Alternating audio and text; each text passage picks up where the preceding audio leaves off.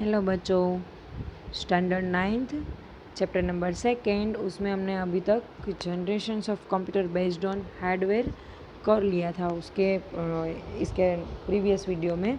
और इस वीडियो में हम देखेंगे generations of computer based on software. Hardware के बारे में देख लिया कि कौन से हार्डवेयर के बेस पे कंप्यूटर के जनरेशन्स थे, अभी कौन से सॉफ्टवेयर के बेस पे है वो हम देखेंगे। Just like 5 hardware generations there are software generations to.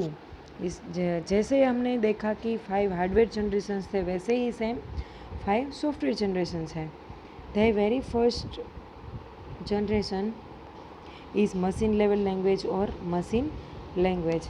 First generation के कंप्यूटर्स जो है उसमें मशीन लेवल लैंग्वेज थी और मशीन लैंग्वेज थी, which is a two state language having symbols 0 and 1। ये जो लैंग्वेज है मशीन लैंग्वेज, उसमें 2 पार्ट्स है, 0 and 1। उसके पास 2 ही सिम्बॉल्स का यूज़ होता है मशीन लैंग्वेज में, that is 0 and 1। This is also called binary language. उसको आप मशीन लैंग्वेज को बाइनरी लैंग्वेज भी बोल सकते हो। Computer being mainly an electronic device understands this language. Computer एक ऐसी इलेक्ट्रॉनिक डिवाइस है जो सिर्फ मशीन और बाइनरी लैंग्वेज ही समझता है। ओनली बाइनरी और मशीन लैंग्वेज ही कंप्यूटर है वो समझेगा। Okay, to avoid difficulties working with the machine level language assembly language was introduce. यहाँ पे ये मशीन लैंग्वेज में कितनी सारी अलग अलग वर्क करने के टाइम पे डिफ़िकल्टीज होती थी, तो उसके बाद असेंबली लैंग्वेज जो है वो इंट्रोड्यूस हुई, उसको बनाया। Assembly language uses mnemonic codes और symbols. The assembly language is considered as second generation computer language.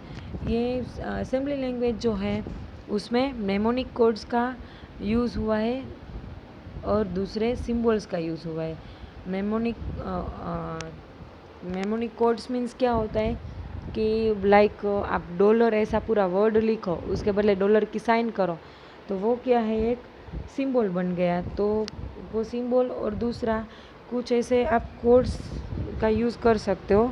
Like आपको कोई भी फुल फॉर्म नहीं लिखना है, शॉर्ट फॉर्म बना रहे हो, तो दैट इज़ mnemonic कोड्स और सिम्बॉल्स आप उसको बोल सकते हो। रुपीज़ है तो रुपीज़ आपको पूरा नहीं लिखना है, सिर्फ रुपीज़ की जो साइन आती है वो यूज़ करनी है। तो आप ये फर्स्ट जनरेशन के असेंबली लैंग्वेज का यूज़ इसलिए होता है कि जिसके थ्रू mnemonic कोड्स और सिम्बॉल्स आप इजीली यूज़ कर सको। और वो इंट्रोड्यूस हुआ सेकेंड जनरेशन में। ठीक है, वो आपको याद रखना है कि कौन सी जनरेशन में mnemonic कोड्स यूज़ हुआ और वो कौन यूज़ करता था, कौन सी लैंग्वेज यूज़ करती थी। तो असेंबली लैंग्वेज जो है वो यूज़ हुई थी और वो सेकेंड जनरेशन में यूज़ हुई थी और is considered as a second generation computer language. Okay, whether it is a machine language or assembly language, it was still tedious to provide data and instructions. We are more comfortable with English like language. ये machine language जो है और assembly language जो है वो tedious to provide data and instruction. वो tedious थी data या तो इंस्ट्रक्शन प्रोवाइड करने के लिए, मतलब कि थोड़ा हार्ड पड़ता था। But we are more comfortable with English like language. हमें मोर कंफर्टेबल किसके साथ है, असेंबली लैंग्वेज और मशीन लैंग्वेज जो है वो उसको समझने के लिए बहुत ही हार्ड होता था। अंडरस्टेबल लैंग्वेज नहीं थी, इसीलिए उसके लिए हमें इंग्लिश लैंग्वेज की ज़रूरत पड़ती है। इंग्लिश में हम ज़्यादा कंफर्टेबल है। So it would be much more comfortable if the data instruction can be provided to computers in English like higher level language। तो इसके लिए असेंबली और बाइनरी में हमें हार्ड पड़ता था। इसके लिए ऐसी लैंग्वेजेस को इन्वेंट किया कि जो उसका कोडिंग जो है वो बेसिक इंग्लिश लैंग्वेज में था। ठीक है, तो इंग्लिश लैंग्वेज हमें अंडरस्टैंडिंग भी है और समझने में भी और सीखने में भी इजी होता है। लर्न एंड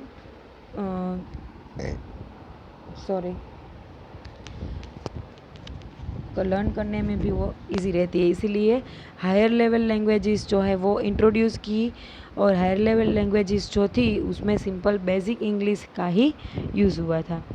और सबसेट ऑफ इंग्लिश लैंग्वेज, आप उसको हायर लेवल लैंग्वेज को सबसेट ऑफ इंग्लिश लैंग्वेज भी बोल सकते हो। And computers can be trying to translate it into machine readable form. और ये जो कंप्यूटर है वो उसको ऐसे ट्रेन करेगा कि हायर लेवल लैंग्वेज जो है उसको मशीन लैंग्वेज में ट्रांसलेट कर देगा। सो मशीन लैंग्वेज जो है वो तो सिर्फ बाइनरी समझता है, इसीलिए हायर लेवल लैंग्वेज में हम कोडिंग करेंगे तो वो मशीन में ट्रांसलेट हो जाएगा, फिर मशीन को भी रीडेबल फॉर्म में इजीली मिल जाएगा ट्रांसलेट होके। Taking this idea as an inspiration, the third generation languages as subset of English language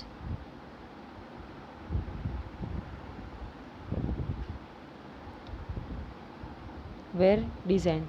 फिर थर्ड जनरेशन में ये इंग्लिश लैंग्वेज ऐसी डिज़ाइन की। Okay, higher level language. This third generation languages are also known as higher level languages. Third generation की languages जो है उसको हम ऑल्सो हायर लेवल लैंग्वेजेस से भी जान सकते हैं। To make machine automatically translate the content written in higher level language, special utility called translator such as a compiler and interpreter is use। ये थर्ड जनरेशन लैंग्वेज जो है third generation computer में use हुई थी, वो language automatically translate कर देती है। जो भी आप कंटेंट लिखते हो हायर लेवल लैंग्वेज में उसको मशीन लैंग्वेज में ऑटोमेटिक ट्रांसलेट हो जाता है, और उसको हम बोलेंगे वो कौन करेगा, तो एक ऐसा स्पेशल यूटिलिटी था जिसको हम ट्रांसलेटर बोल सकते हैं, such as compiler and interpreter. Compiler and interpreter है वो क्या करेगा, तो हम जो भी हायर लेवल लैंग्वेज का यूज़ करते हैं उसमें हम सिंपल इंग्लिश यूज़ करते हैं, तो उसका ट्रांसलेट करके मशीन में ट्रांसलेट करके आपको जो भी प्रोसेस है वो होके आउटपुट अगेन आपको higher level language means English language में मिलेगा। और ये सारा वर्क जो है ऑटोमेटिक कंपाइलर एंड इंटरप्रीटर है वो करता है।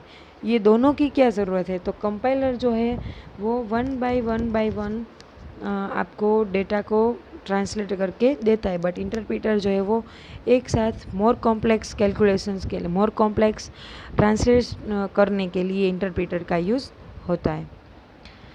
The translator written in machine understandable form converts data and instructions provided into the English like higher level language into machine understandable form। Examples of such higher level languages are C, COBOL and Java programming languages। तो ये जो higher level languages है C है, COBOL है, जावा है, C++ है, फिर ऐसे तो कितनी सारी अलग अलग लैंग्वेजेस है, तो वो सारी लैंग्वेजेस को आप हायर लेवल लैंग्वेजेस बोल सकते हो, उसके एग्जांपल्स है।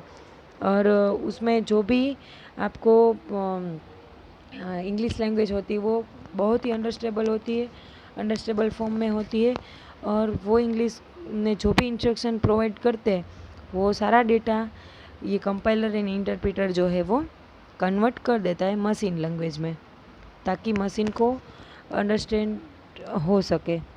After exploration of such third generation programming languages, more sophisticated programming environments called fourth generation languages are introduced।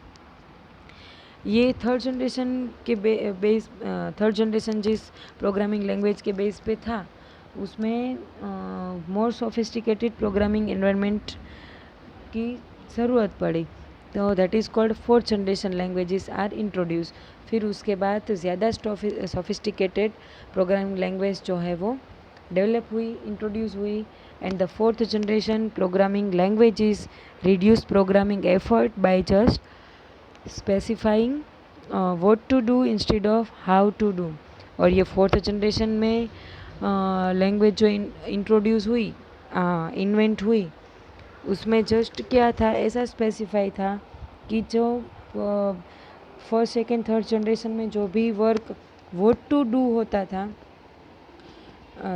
How to do होता था कि कैसे करेंगे, उसके बदले व्हाट टू डू जो है वो आ गया, उसी के बेस पे ये वर्क सारा होता था। ये आपको क्वेश्चन में आ सकता है कि वो फोर्थ जनरेशन फोर्थ जनरेशन की प्रोग्रामिंग लैंग्वेजेस जो थी वो प्रोग्रामिंग एफर्ट्स जो है वो रिड्यूस कर दिया, कम कर दिया, बट उसमें और क्या था, तो that is what to do instead of how to do. और आपको ये भी क्वेश्चन में आ सकता है कि ये जो what to do instead of how to do है वो कौन सी लैंग्वेज में इंट्रोड्यूस हुआ था, तो उसमें आएगा fourth generation of computer.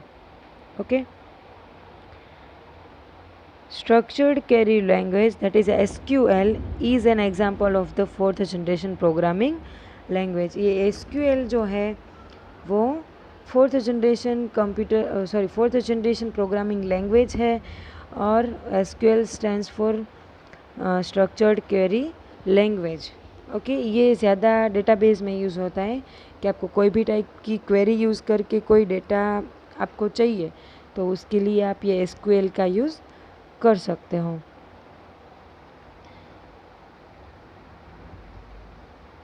While fourth generation programming languages are designed to quickly develop applications by specifying only what to do, fifth generation languages are designed to make the computer solve a given problem without the programmer।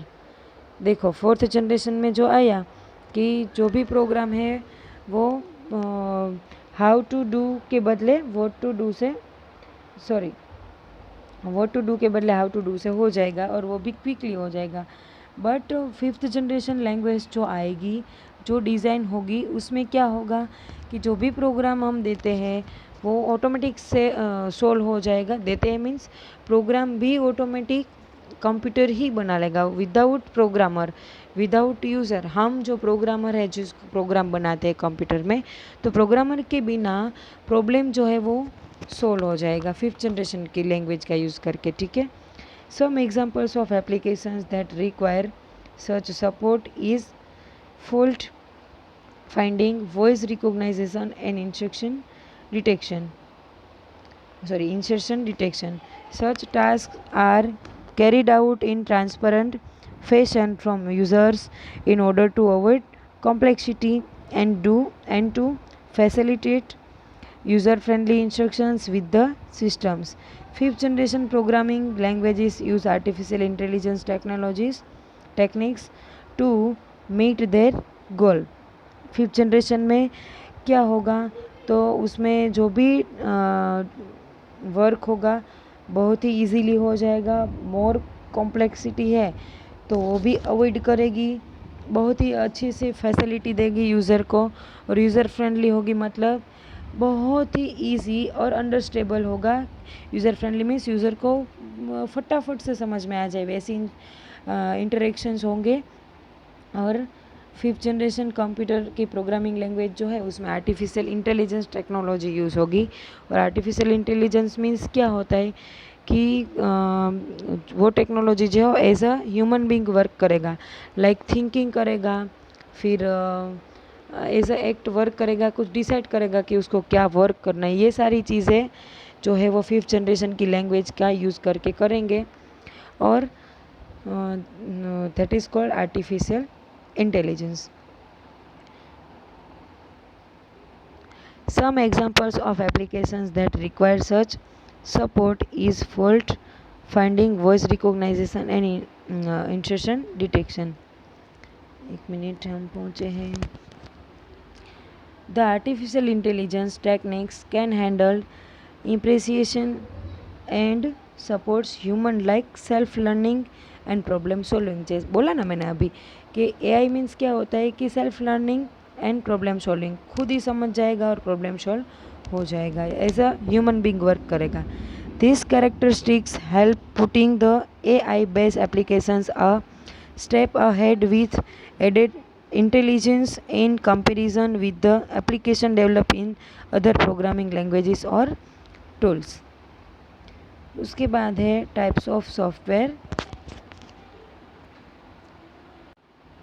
तो बच्चों यहाँ पे जो types of software है वहाँ से हम next video में करेंगे। और चैप्टर 2 के अभी तक की जितना हुआ है वीडियोस देख के एक बार रीड करना, और उसमें से देखना कि कौन से टाइप के क्वेश्चंस आ सकते हैं एग्ज़ाम में। ओके, और याद भी रखना, ये आपको लाइफ टाइम याद रखोगे तो भी लाइफ टाइम यूज़फुल हो सकता है। कंप्यूटर के जितने भी चैप्टर्स हैं वो यूज़फुल हो सकते हैं, ठीक है। सो आपको सिर्फ एग्ज़ाम तक सीमित नहीं रखना है, उसको आप माइंड में सेट करके रखना है कि ये हमें दूसरे वर्क के लिए भी यूज़ हो सकता है। ओके, थैंक यू बच्चों।